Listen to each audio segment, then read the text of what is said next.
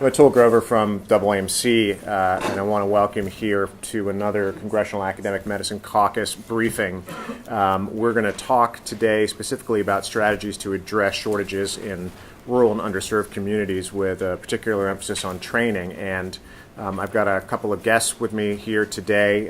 Immediately to my right is Dr. Shelley Nuss, who's the Campus Associate Dean of GME and the Designated Institutional Official, or DIO, at the Georgia Regents University, University of Georgia in Athens, Georgia. And she's also Associate Professor of Medicine and Psychiatry at Medical College of Georgia, graduate of WVU School of Medicine, where she also did her residency in medicine and psychiatry, where she was chief resident. She's taught med students and residents for 20 years, served as a program director, VP of Medical Affairs, a lot of experience that hopefully will give us time for a rich discussion. And then over on the end is Ms. Connie Berry, who's the manager of the Texas Primary Care Office, or PCO, at the Department of State Health Services in Texas, which she's been there since 1996. She has been working in state government for 31 years in Washington State and in Texas. She's also owned and operated a construction company in Huntsville, has a master's degree in community health from Sam Houston State, bachelor's in human services from Western Washington State. And as I said, I'm Atul Grover. We're going to do a couple of things here today. We are missing one of our presenters due to illness. So Liz Perry from the University of Wisconsin is not able to join us today. Her slides are in your packets, though, so if you have follow-up questions after looking at those, we're certainly happy to get you in touch with her, answer them ourselves. And a thank you to Elizabeth Brown and John Martin from Congresswoman Castor and Dr. Rowe's offices. The Academic Medicine Caucus is listed up here. If your members are not a member of the caucus, I encourage you to reach out to either John or Elizabeth and sign them up. And just a word about why we're standing here as the AAMC.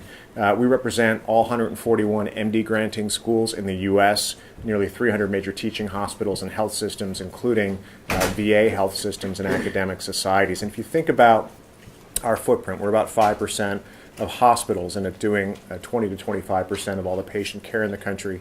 And at any given time, we've got 300,000 physicians in training, or medical students in our institutions. We're going to talk about a number of examples of federal programs that incentivize physician training and practice in rural and other underserved areas. And my colleagues, Shelley and Connie, are going to go into depth in some of them, particularly how new teaching hospitals are treated under Medicare, how rural training tracks can operate, and also we'll talk a little bit about loan forgiveness programs in terms of trying to work on the distribution of physicians, both geographic and specialty, such as the National Health Service Corps, and then grant programs such as Title VII that really focus on primary care, public health, interprofessional education, and getting people into underserved areas. And then Connie is going to talk in depth about, in part, the Conrad 30J1 visa program, which helps to get international physicians that trained here into underserved areas and works quite well. And a lot of people talk about, where physicians train or where they practice, and we're going to talk a little bit about the nuances of that, and we can do more of that in the discussion. But we know that on average, about 50% of people who do their residency in a state will end up practicing in that state. Now, if you go to med school somewhere and you go to residency in that same state, 2/3 to up to 70% or more will actually stay to practice in that state. Now, if you really want to keep somebody in the state, they need to be from that state, go to med school in the state, and train in the state, and then you're talking about 85%. So that pipeline is not just thinking about where you do your residency, but if you really want to deal with rural areas and getting underserved populations taken care of, you've got to think about how do you reach down into even the K through 12 pipeline, get them into college, and then get them on into medical school. We also know that physicians that are doing either loan repayment or scholarship programs in exchange for service, like the Corps, are more likely to stay there, and that IMGs are just as likely to practice in rural areas as American citizen or permanent resident physicians are. Now, one of the challenges we also have is that you can't just sort of say, okay, we'll just train these folks anywhere. If you look at the major teaching hospitals, 5%, it really varies in each state as to what percentage of all hospitals are major teaching hospitals. And these generally have, 4 or more training programs. They've got a large number of trainees. And if you look at a state like Kansas, or Texas, you're talking about a handful. Higher in Massachusetts and in New York, Washington, D.C. here, it's about 30% if you think about the big institutions that populate the district. And another way to think about this is even if you don't look at the larger institutions, which are frankly the AAMC membership, if you look at what percentage of hospitals in states are teaching hospitals, you can see that it really varies. So, there are places like California, New York, and Ohio, Michigan, 25-30% of the hospitals have chosen to train physicians. And yet, if you look at some of the places in pink, those are the states in which there are around 10% or fewer of the hospitals that actually have chosen to train physicians. So part of this is how do we convince the other hospitals in those states and equip them to actually train people? Because if they're going to med school there and they go off, they're going to end up like Sean Martin, He'll never go back to Oklahoma. You're late. The other challenging thing here is not just thinking about the training capacity at the residency level, but also the med school level. So in the states that are in blue there, they have theoretically enough residency positions to accommodate all of their undergraduate med school graduates. The states in pink don't, right? And so if you think about this, the states in pink here are similar to the states in pink here, and we need to figure out how we can actually improve training capacity. I'll also say that if we look at the growth that's happened in the last 10 years in residency training positions, despite the cap that Medicare's had on for its support since the Balanced Budget Act of '97, there are some places like North Carolina, Tennessee, California that have either convinced places to become new teaching hospitals and expanded, or are supporting positions without any federal support whatsoever. And now Georgia, and you'll hear this from Shelley, is on track to do the same. So the other thing I also want to point out as we think about sort of where people practice and where they train, not having everybody train, stay, and practice in the same community is a good idea forever. You don't want that sort of enclosure. You want people that go in and out. So,